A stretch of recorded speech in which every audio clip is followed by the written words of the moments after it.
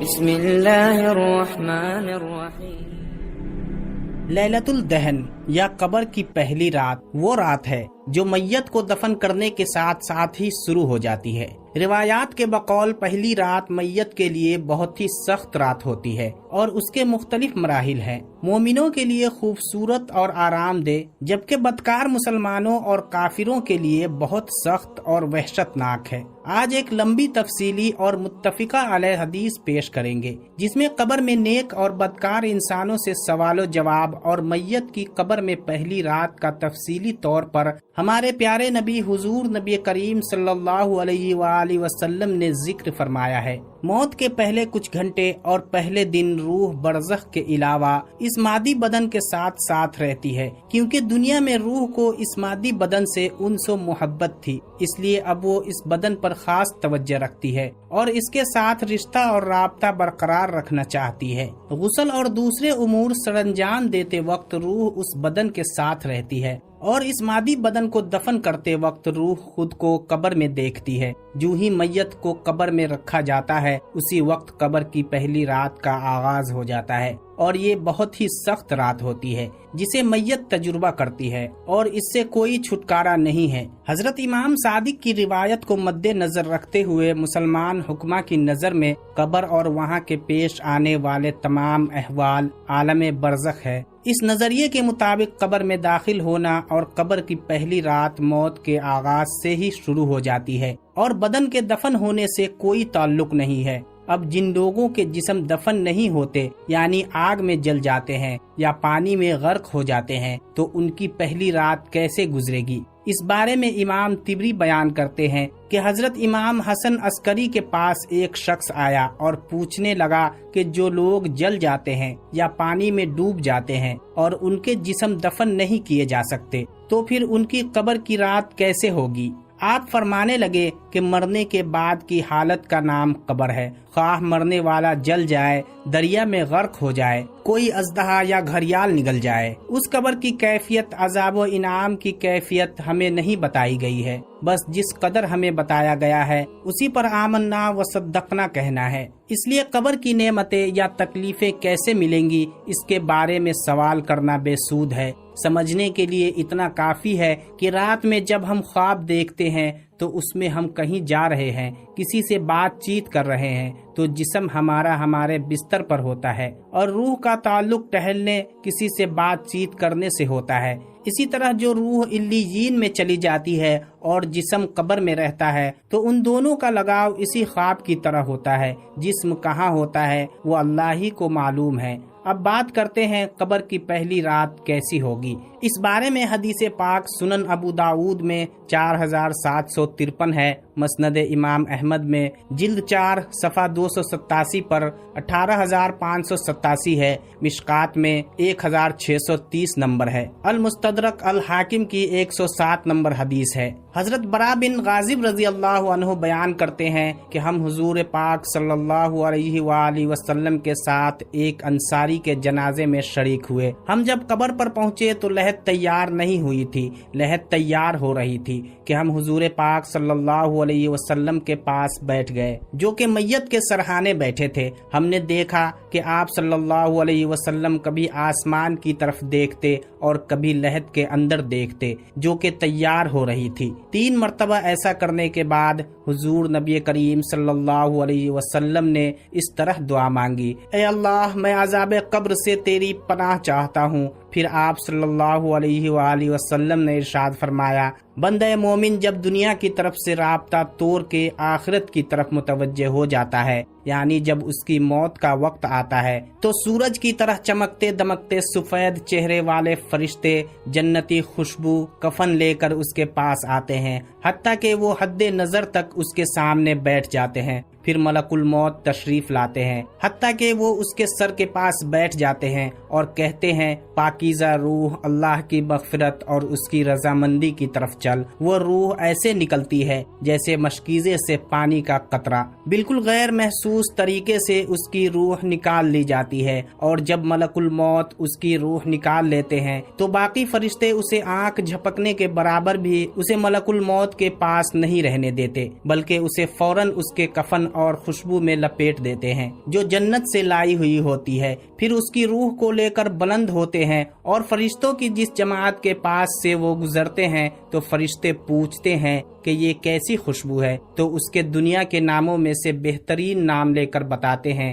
کہ فلاں بن فلاں کی روح ہے، حتیٰ کہ وہ اسے آسمانی دنیا تک لے پہنچتے ہیں اور اس کے لیے دروازے کھولنے کی اجازت طلب کرتے ہیں تو آسمان کے دروازے اس کے لیے کھول دیے جاتے ہیں۔ پھر ہر آسمان کے مقرب فرشتے اگلے آسمان تک اس روح کو عزت و احترام کے ساتھ لے کر جاتے ہیں، حتیٰ کہ اسے 7ویں آسمان تک پہنچا دیا جاتا ہے تو اللہ تعالیٰ فرماتا ہے میرے بندے کا نامہ اعمال علیجین میں لکھ دو۔ علیجین اور سجین یہ 2 مقامات ہیں۔ ایمان والوں کی روحیں جو ہے علیجین میں ان کا نامہ اعمال لکھا جاتا ہے، اور جو منافقین مشرکین مجرم ہیں سجین میں لکھا جاتا ہے۔ سورت نمبر متففین آیت نمبر 83 پارہ نمبر 30 کے اندر اللہ رب العزت ارشاد فرماتا ہے اور اسے واپس دنیا کی طرف لے جاؤ کہ میں نے انہیں اسی دنیا میں پیدا کیا اور اسی میں انہیں لوٹاؤں گا اور پھر دوبارہ اسی سے نکالوں گا۔ پھر اس کی روح اس کے جسم کی طرف لوٹا دی جاتی ہے،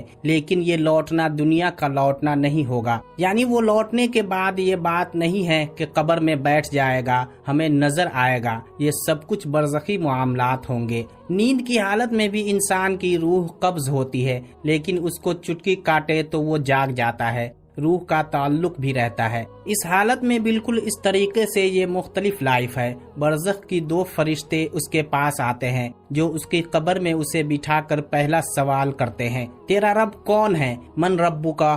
وہ کہتا ہے ربی اللہ، میرا رب اللہ ہے۔ دوسرا سوال پوچھتے ہیں ما دینو کا؟ تیرا دین کیا ہے؟ وہ کہتا ہے کہ میرا دین اسلام ہے۔ پھر پوچھتے ہیں کہ وہ آدمی جو تم میں مبعوث کیے گئے وہ کون ہے؟ تو وہ کہتا ہے وہ اللہ کے رسول محمد صلی اللہ علیہ وسلم ہے۔ اب جب وہ 3 سوالوں کے جواب دے دیتا ہے تو فرشتے چوتھا سوال اس سے پوچھتے ہیں تمہیں کیسے پتا چلا ان 3 سوالوں کے جواب تمہیں کیسے آئے؟ وہ کہتا ہے میں نے اللہ کی کتاب پڑھی تھی، میں اس کتاب پر ایمان لایا اور میں نے اس کے حق ہونے کی تصدیق کی۔ پھر آسمان سے آواز آتی ہے میرے بندے نے سچ کہا، اس کے لیے جنتی بچھونا بچھا دو، اسے جنتی لباس پہنا دو اور اس کے لیے جنت کی طرف سے دروازہ کھول دو۔ قبر کے اندر ہی جنت کی طرف دروازہ کھول دیا جاتا ہے، وہاں اسے ہوا کے جھونکے اور خوشبو بھی آتی رہتی ہے اور حد نظر اس کی قبر کو کشادہ کر دیا جاتا ہے۔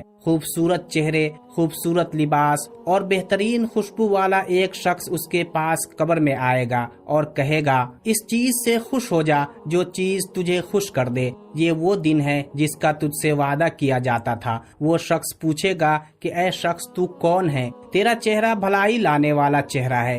وہ جواب دے گا میں تیرا عمل صالح ہوں، یعنی نیک اعمال۔ ایک خوبصورت شخص کی شکل میں اس کی قبر میں آئے گا تو پھر وہ شخص کہے گا اے اللہ، اے میرے رب، جلدی کر، فوراً قیامت قائم فرما دے حتیٰ کہ میں اپنے اہل و عیال کی طرف چلا جاؤں۔ یعنی مومن کہے گا اے اللہ جلدی قیامت آئے، مجھے میرے اعمال کا بدلہ ملے، مجھ سے انتظار نہیں ہوتا، فوراً قیامت آ جائے۔ جب کافر و مجرم اور بدکار مسلمان شخص دنیا سے جاتا ہے تو آپ صلی اللہ علیہ وآلہ وسلم نے فرمایا سیاہ چہروں والے فرشتے نازل ہو کر تا حد نگاہ اس کے پاس بیٹھ جاتے ہیں۔ پھر موت کا فرشتہ کہتا ہے اے خبیث روح چل اب اللہ کے غضب اور ناراضگی کی طرف۔ یہ سن کر روح چھپنے کی کوشش کرتی ہے اور پورے جسم میں پھیل جاتی ہے تو ملک الموت اس طرح اسے کھینچتا ہے جیسے لوہے کی سلاخ کو گیلے خون میں سے کھینچا جاتا ہے۔ اس کی نسیں اور پٹھے ٹوٹ پھوٹ جاتے ہیں، اس کی حالت ایسی ہو جاتی ہے